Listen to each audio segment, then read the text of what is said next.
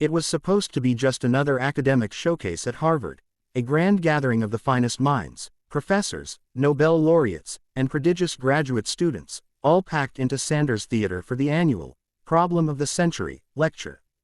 On stage stood Drive, Elias Hargrove, a mathematical titan known for his complex theories and sharp tongue. He'd spent over 20 years working on one problem, an unsolved mathematical enigma known simply as K74. It had baffled the best of the best.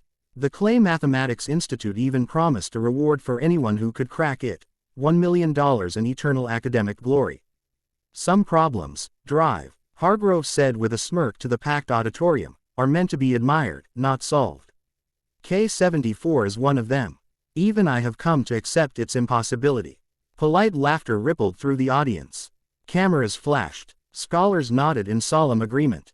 No one noticed the small hand raised from the back row. "Excuse me," came a soft voice. "I think I know the answer." All heads turned. A boy no taller than the podium walked down the center aisle. He wore a Spider-Man hoodie, worn-out sneakers, and clutched a faded notebook to his chest. His name was Arlo Jameson, 9 years old, from a public school in rural Maine. He wasn't even supposed to be there.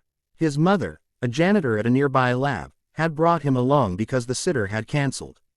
She told him to sit quietly and draw in the back row. But Arlo didn't draw, he listened, and something about that impossible problem on the screen had made his heart race. "Young man, this isn't a talent show, Drive," Hargrove said, eyebrows raised. But the audience was intrigued. A hush fell over the hall. "What's your name?" one of the professors asked, lowering his glasses. "Arlo," the boy said. "And I think you made a mistake on the third assumption. If you approach it differently, like with, a recursive loop instead of linear projection, then the equation can fold onto itself like a Mobius strip." He opened his notebook, flipped to a wrinkled page filled with messy scrawls and colorful doodles, and pointed.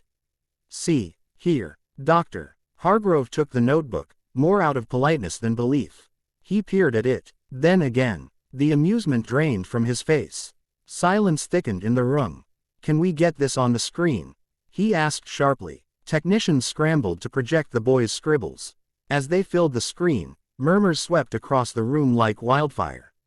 Professors leaned forward. One of them gasped. Another whispered, "Oh my God."